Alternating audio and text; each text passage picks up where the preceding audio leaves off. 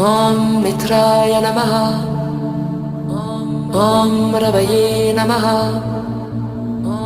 ॐ सूर्याय नमः। ॐ वरवे नमः।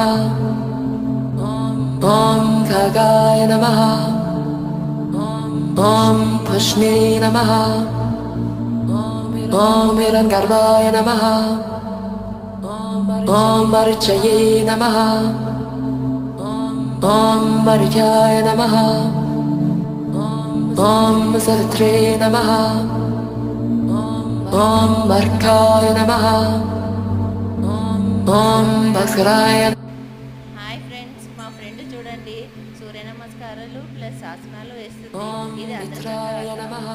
ఇలా ఆసనాలు వేయడం వల్ల ఏమవుతుందంటే మనం ఎంతో హెల్తీగా ఉంటాం ఫ్రెండ్స్. మీరు కూడా నేర్చుకోండి ఫ్రెండ్స్.